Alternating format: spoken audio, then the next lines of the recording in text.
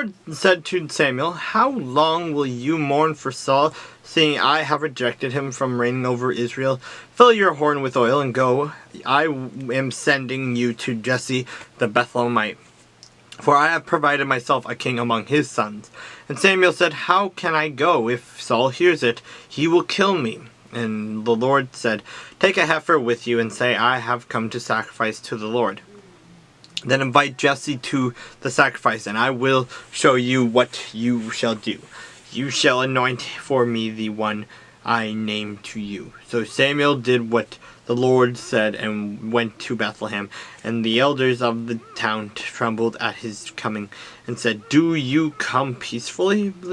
And he said, "Peaceably. I have come to sacrifice to the Lord. Sanctify yourselves and come with me to the sacrifice." Then he consecrated Jesse and his sons and invited them to the sacrifice. So it was, when they came, that he looked at Eliab and said, "Surely the Lord's anointed is before him." But the Lord said to Samuel, "Do not look at his appearance or at his physical stature, because I have refused him.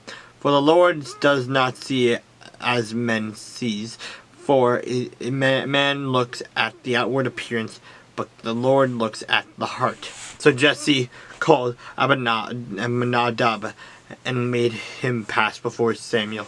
And he said, "Neither has the Lord chosen this one." Then Jesse made Shammah pass by, and he said, "Neither has the Lord chosen this one." Thus Jesse made seven of his sons pass before Samuel. And Samuel said to Jesse, "The Lord has not chosen these." And Samuel said to Jesse, Are all the young men here?" Then he said, "There remains yet the youngest, and there he is, keeping the sheep." And Samuel said to Jesse, "Send and bring him, for we will not sit down till he comes here." So he sent and brought him in. Now he was ruddy and with bright eyes and good looking. And the Lord said, "Arise, anoint him, for this is the one." Then Samuel took the horn of oil and anointed him in the midst of his brothers.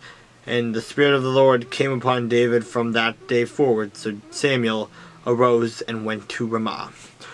But the Spirit of the Lord departed from Saul, and a distressing spirit from the Lord troubled him. And Saul's servants said to him, "Surely a distressing spirit from the Lord God is troubling you. Let our master now command your servants who are before you to seek out a man who is a skillful player on the harp. And it shall be that he will play with his hand when the distressing spirit comes from God is upon you, and you shall be well." So Saul said to his servants, "Provide me now a man who can play well, and bring him to me." Then one of the servants answered and said, "Look, I have seen a son of Jesse the Bethlehemite, who is skillful in playing, a mighty man of valor, a man of war, prudent in speech, and a handsome person, and the Lord is with him." Therefore Saul sent messengers to Jesse and said, "Send me your son David, who is with the sheep."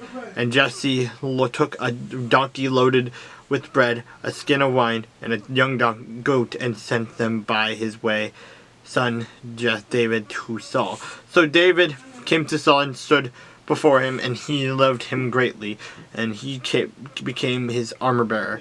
Then Saul sent to Jesse, saying, "Please let David stand before me, for he has found favor in my sight." And so it was, whenever the Spirit from God was upon Saul, that David would take a harp, play with his hand. Then Saul would become refreshed and well, and the distressing spirit would depart from him.